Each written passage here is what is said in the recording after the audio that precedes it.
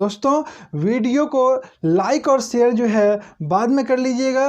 पहले इस क्लास का कंटेंट देखिए, कंटेंट को समझिए। ये इतना इजी वे में रिप्रेजेंट किया गया है, इतना अच्छा, सरल और समग्र है कि आप आसानी से इसे समझ करके याद रख सकते हैं।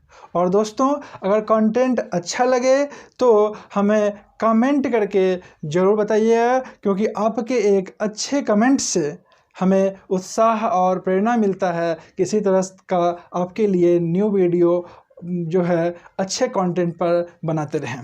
तो चलिए स्टार्ट करते हैं आज का सेशन। अब हम लोग देखने जा रहे हैं मुंडाओं का सामाजिक व्यवस्था। ठीक है, कि मुंडा जनजाति का सामाजिक व्यवस्था कैसा था, है ना। उसमें कुछ इम्पॉर्टेंट पॉइंट और फैक्ट्स है जो आपको याद होना चाहिए, जिससे हमेशा एग्जाम में क्वेश्चन आता है। दोस्तों, अब डिस्कस करते हैं मुंडा जनजाति की सामाजिक व्यवस्था के बारे में। तो मुंडा का जो समाज था, मुंडाओं का जो समाज था, वो पितृसत्तात्मक था। ठीक है, ध्यान रखिएगा। दो तरह का समाज होता है, मातृसत्तात्मक और पितृसत्तात्मक। ठीक है, पितृसत्तात्मक था। ठीक है, यानी पिता को प्रधान माना जाता था। ठीक है, और यहाँ पर जो है गोत्र है ना, गोत्र को समाज का मूल आधार माना जाता है। ठीक है, मुंडा समाज में जो है गोत्र को क्या बोला जाता है, समाज का मूल आधार माना जाता है। मुंडाओं में जो गोत्र है, ठीक है, उसको मूल आधार माना जाता है, तो ऑब्वियसली पवित्र माना जाता होगा। ठीक है ना। तो मुंडा में जो गोत्र होते हैं, ठीक है, उसको पवित्र माना जाता है। और गोत्र का नाम जो है वो पेड़ पौधा, पशु पक्षी आदि से संबंधित होता है, ध्यान रखिएगा। तो मुंडा समाज में जो गोत्र है वो लगभग 340 है। ठीक है, जिनमें कुछ प्रमुख जो गोत्र जो है मुंडा जनजाति के, वो है आपका होरो, नाग, कमल, टूटी, करकट्टा, से सोई, है ना, और मुंडू, डांग, बोदरा आदि। ठीक है, तो ध्यान रखिएगा। इसके बाद यहाँ पर जो है एक मोस्ट इम्पॉर्टेंट पॉइंट है ना, जो आपके एग्जाम में पूछता भी है ना, वो है मुंडाओं के युवागृह। ठीक है, तो मुंडाओं का जो युवागृह होता है उसको ध्यान रखिएगा गीती ओरा बोलते हैं। क्या बोलते हैं? गीती ओरा।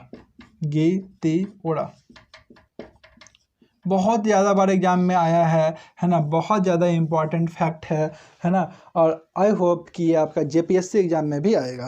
तो मुंडाओं के युवागृह को क्या बोलते हैं दोस्तों? गीती ओरा कहा जाता है। अब आपके दिमाग में आ रहा होगा युवागृह क्या होता है, गीती ओरा क्या होता है। तो जो गीती ओरा में जो है वो मुंडा युवक युवती का प्रशिक्षण प्राप्त करते हैं। गीती ओरा युवागृह में क्या करते हैं?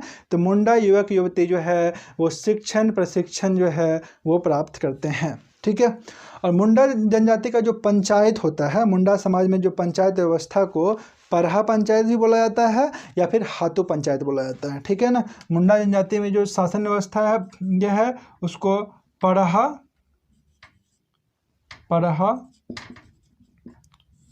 पंचायत या फिर हाथू पंचायत। हाथू पंचायत, सपोज कीजिए ये एग्जाम में ऑप्शन में नहीं है परहा पंचायत और हाथू पंचायत है, तो हाथू पंचायत आप आंसर कर सकते हैं। हम क्या फैक्ट बताएं, फिर से समझ लीजिए कि मुंडा समाज में जो पंचायत व्यवस्था को परहा पंचायत या फिर हाथू पंचायत बोला जाता है, और परहा पंचायत के जो स्थल होते हैं उसको अखड़ा बोला जाता है।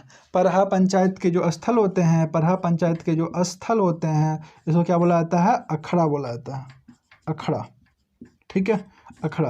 ये सब ऑब्जेक्टिव में बहुत ज़्यादा बार एग्जाम में आया है ना, और यही सब क्वेश्चन पूछता है। तो अगर आपका अंडरस्टैंडिंग अच्छा नहीं है ना, आप समझे हुए नहीं हैं, तो फिर जो है सो यही सब क्वेश्चन छूटेगा। और ये आपको कोई पर्टिकुलर एक बुक में नहीं मिलेगा। अगर आप चाहिए कि हमको एक बुक में जो है सो कोई बुक पढ़े उसी में हमको सब फैक्ट्स मिल जाए, तो वो नहीं मिलेगा। इसके लिए आपको अलग अलग बुक पढ़ना पड़ेगा, और ये आपको 3, 4, 5 बुक का जो कलेक्शन है, कंटेंट है, वो आपको आज की क्लास में प्रोवाइड कर रहे हैं। So one of the most important जो है ये कंटेंट है।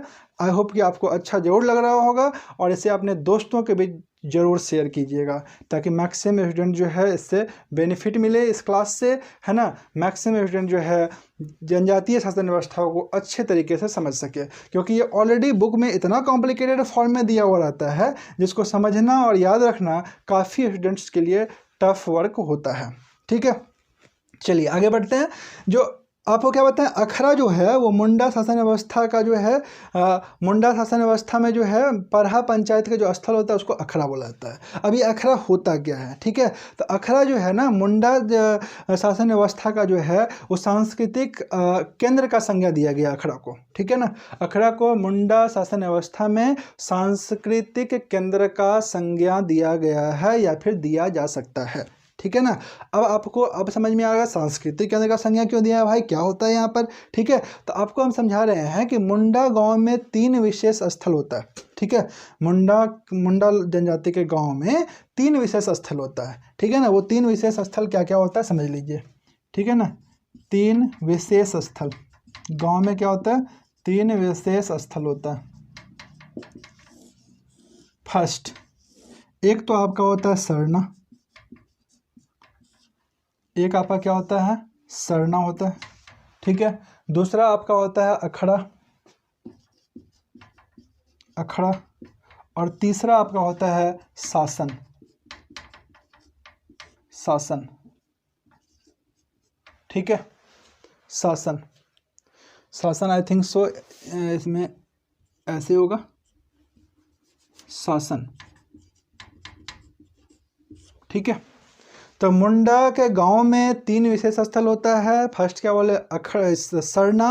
अभी सरना क्या होता है, तो ग्राम देवता के निवास स्थल को सरना कहा जाता है, ठीक है। मुंडा जनजाति के गांव में या जो गांव होता है उसमें जो ग्राम देवता होते हैं, है ना, उनके निवास स्थल को क्या बोला जाता है, सरना बोला जाता है, सरना कहलाता है, ठीक है। दूसरा पॉइंट है आपका अखड़ा, ठीक है। अखड़ा क्या होता है, तो मुंडा जनजाति के जो गांव हैं, मुंडा के जो गांव हैं उसमें अखड़ा जो है, अखड़ा स्थल को, अखड़ा वो स्थल होता है जहां पर पंचायत की बैठकें होती है, ठीक है। अखड़ा क्या होता है, वो स्थल होता है जिसमें पंचायत की बैठकें होती है। तो आपके दिमाग में आ रहा है पंचायत की बैठकें तो होती है, तो फिर ये सांस्कृतिक केंद्र का संज्ञा क्यों दिया जाता है इसको। तो दोस्तों ये अखड़ा है, इसमें युवक युवतियों का रात्रि में नृत्य एवं संगीत का कार्यक्रम भी कहाँ होता है, अखड़ा में भी, अखड़ा में ही होता है ना।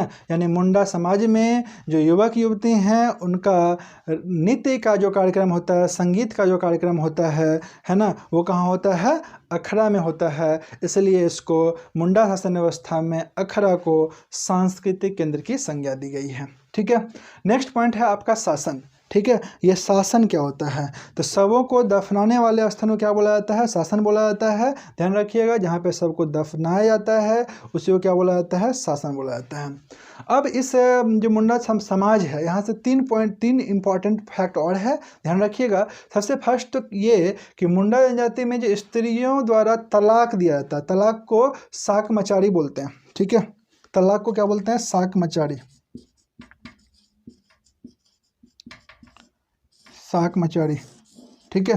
तो मुंडा जनजाति में स्त्री द्वारा जो तलाक जो होता है, तलाक दिए जाने पर उसे वर वधू मूल्य लौटाना पड़ता है, ठीक है। उसे क्या लौटाना पड़ता है, वर वधू मूल्य, जिसे वर वधू मूल्य को क्या बोलते हैं, गोनोंग टाका बोलते हैं, गोनोंग टाका, याद रखिएगा ये टर्म बहुत इंपॉर्टेंट है, गोनोंग टाका बोलते हैं, गोनोंग टाका बोलते हैं, ठीक है।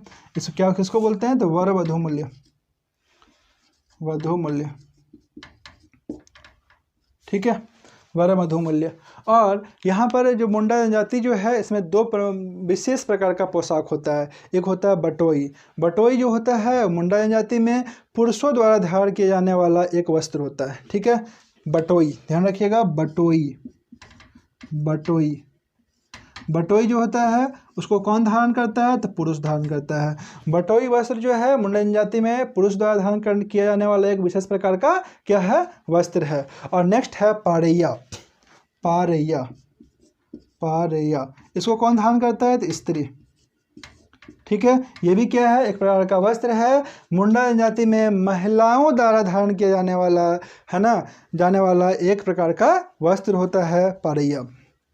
तो ये था आपका मुंडा जनजाति का शासन व्यवस्था। ठीक है, तो दोस्तों आई होप कि आपको आज का क्लास बहुत पसंद आया होगा, है ना। इसे आप हमें कमेंट के माध्यम से ज़रूर बताइए, और अगर ये कंटेंट आपको सचमुच पसंद आया है तो इसे दोस्तों के बीच ज़रूर शेयर कीजिए, वीडियो को लाइक और सब्सक्राइब जरूर कीजिए।